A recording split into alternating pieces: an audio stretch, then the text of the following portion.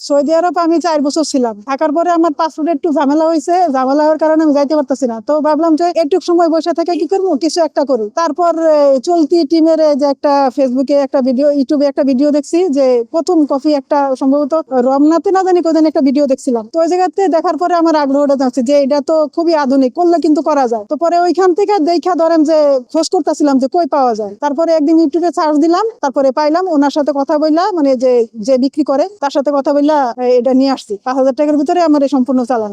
প্রথম মানুষ তো এলিয়েনের মতো ভাবতো। যখন আমি ধরেন যে বাইরেছি প্রথম, তখন অনেকে মানে এমন ভাবে তাকাইতেছে মনে আমি অন্য গ্রহের থেকে আইছি। কিছু মানুষ স্বাগতম জানাইছে, কিছু মানুষ নেগেটিভ কথা কইছে। তো আলহামদুলিল্লাহ বাজারের অধিকাংশ মানুষই স্বাগতম জানাইছে যে না করতেছে করো। কিছু মানুষ আছে দুই একটা খারাপ মন্তব্য করছে। মন্তব্য বলতে মেয়ে মানুষ হয়ে এরকম বাইরে এসো কেন, তোমার এটা করো, এটা ঠিক হয় নাই, চাকরি করো, তারপরে স্বামী আছে নাকি, ভাই বোন আছে নাকি, মানে আজে বাজে অনেক কিছুই বলছে। তারপরে যারা ধরেন আবার কিছু ব্যবসায়ী আছে তারা আমার সাহায্য করছে, যেমন করছে শুধু কফি রাখলে হইব না, এর সাথে বাড়তি কোনো কিছু জিনিস রাখতে হবে, যেমন বিস্কিট রাখতে, মানে আমার চালান বোঝা কথা, মানে আমি আমার শরীরে যতটুকু আমি নিতে পারি। তো অনেক দোকানদাররা সাহায্য করছে। আবার বাজারে যে ছোট ছোট পোলাপান যে যারা টুকরিট করে সদাপাতি নেয়, তারাও বলছে আপু করেন, সমস্যা নেই। মানে 80% লোক স্বাগতম জানাইছে। আমি একজন মুসলিম হিসাবে আমার পর্দা করা ফরজ। তো আমি আমার ফরজটা ঠিক রাখা আমি চেষ্টা করতেছি ব্যবসা করার জন্য। না এই হিজাব নিয়ে কোনো সময় খারাপ মন্তব্য উঠে নাই, যে করতেছো সুন্নত মোতাবেক করতেছো, করো, সম্মানের সহিত করো।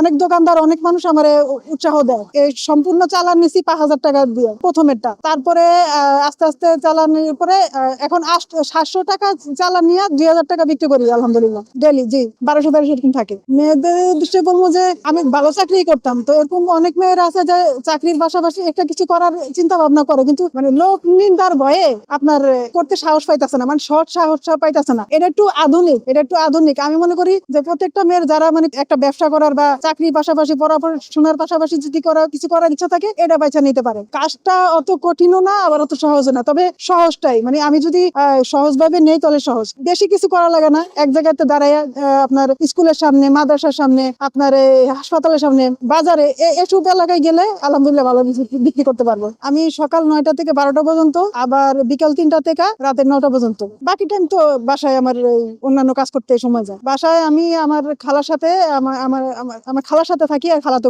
ভাই বোনরা আছে। এটা হচ্ছে দিকে আপনার 20 টাকা কাপ, এটা হচ্ছে 10 টাকার কাপ। তো যাই হোক, আমি 20 টাকার কাপ আমি এভাবে বানাই, যে পরিমাণ কফি লাগে আর কি ওই পরিমাণ দেই। আলহামদুলিল্লাহ কেউ এখন যদি কমপ্লেন দেয় নাই। আর কফিটা তো একদম অরিজিনাল নেসক্যাফে কফিটা দেওয়া হয়, ভেজাল কোনো কফি নয়। চিনি কম বেশি যে যেমন খায় কম বেশি করার সিস্টেম আছে। এটা হইতেছে কি গুঁড়া দুধ, আর এটা হইতেছে কি আপনার এই মিক্সার মেশিন। এটা দিয়ে আপনার যে মিক্সার আর ওই যে ফেনাটা তো তুলতে যে সাহায্য করে। এই হইতেছে কি 20 টাকার কফি।